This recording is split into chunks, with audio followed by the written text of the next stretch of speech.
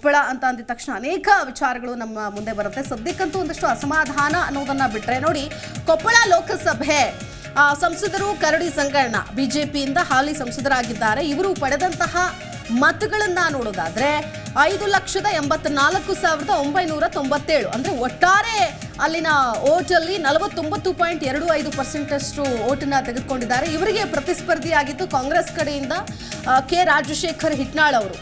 ಇವರು ಪಡೆದ ಮತ 5,47,573 ಅಂದ್ರೆ 46.1% ಮತಗಳನ್ನ ಪಡೆದುಕೊಂಡಿದ್ರು. ಒಟ್ಟು 3% ಆಫ್ ವೋಟ್ ಇಂದ ಗೆದ್ದಿದ್ರು ಕರಡಿ ಸಂಗಣ್ಣ ಅವರು.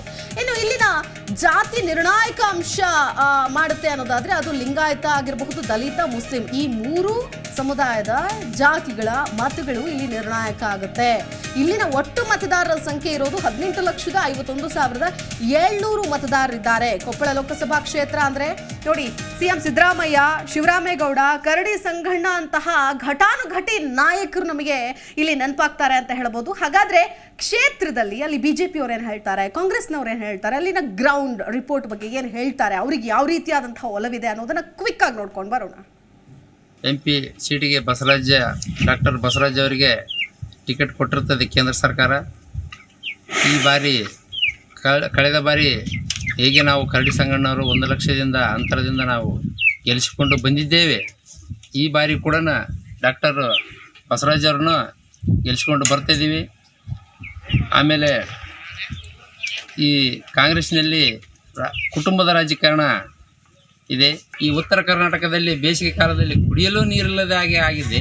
ಆದ್ರೂ ಒಬ್ಬ MLA ಇಲ್ಲ, ಯಾರೂ ಬರ್ತಾ ಇಲ್ಲ. ಇಲ್ಲೇ ದನ ಕರುಗಳಿಗೆ ಕುಡಿಯೋಕ್ಕೆ ನೀರಿಲ್ಲ, ಜನರಿಗೆ ಬಿಡಿ ದನ ಕರುಗಳಿಗೆ ಕುಡಿಯೋಕ್ಕೆ ನೀರಿಲ್ಲ. ಆಮೇಲೆ ಇಲ್ಲಿ ಆಡಳಿತ ನಡೆಸತಕ್ಕಂಥ ಕರ್ನಾಟಕ ರಾಜ್ಯದಲ್ಲಿ ಕಾಂಗ್ರೆಸ್ ಸರ್ಕಾರ ಯಾವುದೇ ಒಂದು ಅಭಿವೃದ್ಧಿ ಕಾರ್ಯನೇ ಇಲ್ಲ. ಫ್ರೀ ಬಸ್ ಬಿಟ್ಟ ಶ್ರೀ ರಾಜಶೇಖರ್ ಹಿಟ್ನಾಳರವರು ಸರಳ ಜೀವಿಗಳು ಮತ್ತು ನುಡಿದಂತೆ ನಡೆಯುವರು. ಹಾಗಾಗಿ ನಾವು ಕಾಂಗ್ರೆಸ್ಗೆ ಯಾಕೆ ವೋಟ್ ಹಾಕಬೇಕು ಅಂತಂದರೆ, ನಮ್ಮ ಸಿದ್ದರಾಮಯ್ಯ ಸರ್ಕಾರ ಕಳೆದ 1 ವರ್ಷದಿಂದ ಏನು ಅವರು ಭರವಸೆಗಳನ್ನು ಕೊಟ್ಟಿದ್ದರು, 5 ಗ್ಯಾರಂಟಿಗಳನ್ನು, ಆ ಗ್ಯಾರಂಟಿಗಳನ್ನು ಸಂಪೂರ್ಣವಾಗಿ ಬಡವರಿಗೆ ಮುಟ್ಟಿಸುವಂಥ 100ಕ್ಕೆ 100 ಪ್ರಯತ್ನವನ್ನು ಮಾಡಿದಂಥ ಸರ್ಕಾರ ದೇಶದಲ್ಲಿ ಯಾವುದಾದ್ರೂ ಇದ್ದರೆ ಅದು ಕಾಂಗ್ರೆಸ್ ಸರ್ಕಾರ. ಬರೀ ಧರ್ಮವನ್ನು ರಾಜಕಾರಣಕ್ಕೆ ತಂದು ಸುಳ್ಳು ಭಾಷಣಗಳನ್ನು ಮಾಡಿ ಓಟನ್ನು ಗಿಟ್ಟಿಸಿಕೊಂಡು ಮತ್ತೆ 5 ವರ್ಷಕ್ಕೆ ಓಟು ಕೇಳಕ್ಕೆ ಬರ್ತಕ್ಕಂಥ BJPಗರನ್ನು ಇನ್ನು ಮುಂದೆ ದೂರ ಇಡಬೇಕು ಅನ್ನೋದೇ ನನ್ನ ಉದ್ದೇಶ. ಕಾರಣ ಇಷ್ಟೇ, ಅವರು ಏನೆಲ್ಲ ಮಾತಾಡ್ತಾರೆ ಸುಳ್ಳುಗಳೇ, ಬರೀ ಸುಳ್ಳುಗಳು. ಶ್ರೀ ರಾಜಶೇಖರ್ ಹಿಟ್ನಾಳರವರು ಸರಳ ಜೀವಿಗಳು ಮತ್ತು ನುಡಿದಂತೆ ನಡೆಯುವರು. ಹಾಗಾಗಿ ನಾವು ಕಾಂಗ್ರೆಸ್ಗೆ ಯಾಕೆ ವೋಟ್ ಹಾಕಬೇಕು ಅಂತಂದರೆ, ನಮ್ಮ ಸಿದ್ದರಾಮಯ್ಯ ಸರ್ಕಾರ ಕೊಪ್ಪಳ ಜಿಲ್ಲೆ ಒಂದು ಸುಂದರವಾದ ಐತಿಹಾಸಿಕ ಕ್ಷೇತ್ರ. ಅಂದರೆ ಇದನ್ನು ಜೈನ ಕಾಶಿ ಅಂತ ಕೂಡ ಕರೀತಾರೆ. ಹಾಗಾಗಿ ಕೊಪ್ಪಳದ ಇಂಟ್ರೆಸ್ಟಿಂಗ್ ಮಾಹಿತಿಯನ್ನು ಒಂದೊಂದೇ ಅಂಶಗಳನ್ನು ನಾನು ನಿಮ್ಮ ಮುಂದೆ ಇಡ್ತಾ ಹೋಗ್ತೀನಿ. ಸಮೀವುಲ್ಲಾ ಸರ್, ಕೊಪ್ಪಳದಲ್ಲಿ ಈಗ ಸತತ 8 ಬಾರಿ ಗೆದ್ದು ಭದ್ರಕೋಟೆಯನ್ನು ಮಾಡಿಕೊಂಡಿದೆ ಬಿಜೆಪಿ. ಸೊ ಅಂದರೆ ಇಲ್ಲಿ ಯಾರು ಬಂದರೂ ಕೂಡ ಆಗಲ್ಲ ಅನ್ನುವಂಥ ರೇಂಜ್ಗಿದ್ದಂತಹ ಕೊಪ್ಪಳವನ್ನು ಈ ಬಾರಿ ಹೊಸಬರಿಗೆ ಟಿಕೆಟ್ ಕೊಟ್ಟು ಒಂದು ಎಕ್ಸ್ಪೆರಿಮೆಂಟ್ ಮಾಡೋಣ ಅಂತ ಹೋಗ್ತಾ ಇದ್ದಾರೆ ಬಿಜೆಪಿಯವರು. ಸೊ ಏನಾಗಬಹುದು, ಏನು ಹೇಳ್ತೀರಿ ಮೊದಲನೇದಾಗಿ ಕೊಪ್ಪಳದ ಬಗ್ಗೆ? ಒಂದು ಸಾಂಪ್ರದಾಯಿಕವಾಗಿ ಇದು ಕಾಂಗ್ರೆಸ್ ಕ್ಷೇತ್ರನೇ. ಎಷ್ಟು ಸರಿ ಅಂತಂದ್ರೆ ಸುಮಾರು 9 ಸರಿ ಗೆದ್ದಿದೆ. 9 ಸರಿ ಗೆದ್ದಿದೆ. 3 ಸರಿ ಏನೋ ಬಿಜೆಪಿ ಇತ್ತೀಚೆಗೆ ಗೆದ್ದಿರೋದು. ಓಟ್ಗಳ ಪ್ಯಾಟರ್ನ್ ಅನ್ನ ನೋಡಿದ್ರೆ ಬಿಜೆಪಿಯ ಭದ್ರಕೋಟೆ ಅಂತ ಹೇಳಿಕೊಳ್ಳೋ ತರ ಏನಿಲ್ಲ ಸ್ಟ್ರಕ್ಚರ್. ಅಂದ್ರೆ ಈ ಅಹಿಂದ ಪ್ರಯೋಗ ಮಾಡೋದಕ್ಕೆ ಫಿಟ್ ಆಗಿರುವಂತಹ ಜಿಲ್ಲೆ ಇದು. ಕಾಂಗ್ರೆಸ್ಸಿನ ಸಾಂಪ್ರದಾಯಿಕ ಮತಗಳು ಅಂತ ನಾವೇನು ಕನ್ಸಿಡರ್ ಮಾಡ್ತೀವಿ, ಆ ಮತಗಳೇ ಒಂದು ಫಾರ್ಮುಲಾ ಆಗಿ ಇಲ್ಲಿ ಹೆಚ್ಚು ಪ್ರಮಾಣದಲ್ಲಿ ಹೆಚ್ಚು ಸಂಖ್ಯೆಯಲ್ಲಿ ಇರುವಂತಹ ಆ ಸ್ಟ್ರಕ್ಚರು ಈ ಲೋಕಸಭಾ ಕ್ಷೇತ್ರದಲ್ಲಿದೆ. ಲಿಂಗಾಯತರು ದೊಡ್ಡ ಸಂಖ್ಯೆಯಲ್ಲಿ ಇರಬಹುದು, ಅದನ್ನ ಬೀಟ್ ಮಾಡುವಂತಹ ಅಹಿಂದ ಕಾಂಬಿನೇಷನ್ ಮತ್ತೊಂದು ಕಡೆ ಈ ಜಿಲ್ಲೆನಲ್ಲಿದೆ. ಆದರೆ ಬೇಕಾದಷ್ಟು ಸ್ಥಳೀಯ ಕಾರಣಕ್ಕೆ ಮತ್ತು ಸರಿಯಾದ ಕ್ಯಾಂಡಿಡೇಟ್ಗಳು ಇಲ್ಲ ಅನ್ನೋ ಕಾರಣಕ್ಕೆ ಅಲ್ಲಿ ಬಹುಶಃ ಬಿಜೆಪಿ, ಅದು ಕರಡಿ ಸಂಗಣ್ಣವರು ಬಿಜೆಪಿಗಿಂತ ಹೆಚ್ಚಾಗಿ ಒಬ್ಬ ಲೋಕಲ್ ಪರ್ಸನ್ ಅನ್ನುವ ಒಂದು ಸ್ಟ್ರಾಂಗ್ ಲೋಕಲ್ ಜನರ ಜೊತೆ ಅವ್ರು ಇಟ್ಕೊಂಡಿರೋ ಒಡನಾಟದ ಕಾರಣಕ್ಕೆ ಅವ್ರಿಗೆ ಗೆಲ್ತಾ ಇದ್ರು. ಯಾರಿಗೆ ಇಲ್ಲಿ ನೋಡಿ, ಇಲ್ಲಿ ನೀವು ಅವಾಗಲೇ 3% ಅಂತಂದ್ರಿ. 3% 3%. ನೀವು ಹೇಳಿದ್ದೇನು 49%, 46% ಹೇಳಿದ್ರಿ. ಅದ್ರ ಪ್ರೀವಿಯಸ್ ಎಲೆಕ್ಷನ್ 3%.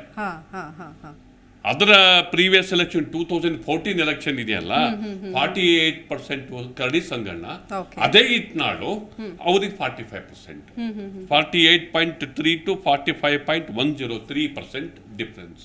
ಹಿಂಗಾಗಿ ಈ 3% ಕಾಂಗ್ರೆಸ್ ಹೆಂಗೆ ಟಿಲ್ಟ್ ಮಾಡುತ್ತೆ, 3% ಟಿಲ್ಟ್ ಮಾಡಬೇಕು.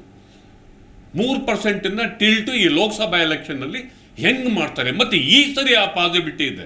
8ರಲ್ಲಿ 6 ಕಾಂಗ್ರೆಸ್ ಇದೆ. 8ರಲ್ಲಿ 6 ಕಾಂಗ್ರೆಸ್ ಇದೆ. ಹೀಗಾಗಿ ಈ 3% ಯಾಕೆ ಟಿಲ್ಟ್ ಮಾಡಕ್ ಆಗ್ತಾ ಇಲ್ಲ ಕಾಂಗ್ರೆಸ್ ಕೈಲಿ ಅನ್ನೋದು ಈ ಎಲೆಕ್ಷನ್ ನ ವಿಶೇಷತೆ. ಎಕ್ಸಾಕ್ಟ್ಲಿ. ಎಸ್ ಸರ್, ನಾನು ಮುಂದಿನ ಭಾಗದಲ್ಲಿ ಮತ್ತೊಂದಷ್ಟು ವಿಷಯಗಳಿದೆ, ನಾನು ಮಾತಾಡ್ತೀನಿ. ಜನಾರ್ದನ್ ಅವರು, ಅಂದ್ರೆ ಇಲ್ಲಿ ಬಿಜೆಪಿ ಒಂದು ಎಕ್ಸ್ಪೆರಿಮೆಂಟ್ ಮಾಡ್ತಾ, ಯಾಕಂದ್ರೆ ಇಲ್ಲಿ ಯಾರು ಅನ್ಕೊಂಡಿರ್ಲಿಲ್ಲ ಕರಡಿ ಸಂಗಣ್ಣ ಅವ್ರಿಗೆ ಟಿಕೆಟ್ ಮಿಸ್ ಆಗುತ್ತೆ ಅಂತ. ಅವರು ಕೂಡ ಕಾನ್ಫಿಡೆನ್ಸ್ ಅಲ್ಲಿ ಇದ್ರು, ಹೋಗಿ ಏನು ಲಾಬಿ ಮಾಡೋದಕ್ಕೆ ಹೋಗಿರ್ಲಿಲ್ಲ. ಯಾಕಂದ್ರೆ ಸತತವಾಗಿ ಗೆದ್ದಿರೋ ಒಂದು ಹಿಸ್ಟ್ರಿ, ಆಮೇಲೆ ಬಿಜೆಪಿ ಅಲ್ಲಿ ಅವ್ರದೇ ಆದಂತಹ ಒಂದಷ್ಟು ಛಾಪು ಮೂಡಿಸಿದ್ರು, ಅವ್ರದೇ ಒಂದು ಅಭಿಮಾನಿ ಬಳಗವನ್ನು ಕೂಡ ಹೊಂದಿದ್ರು.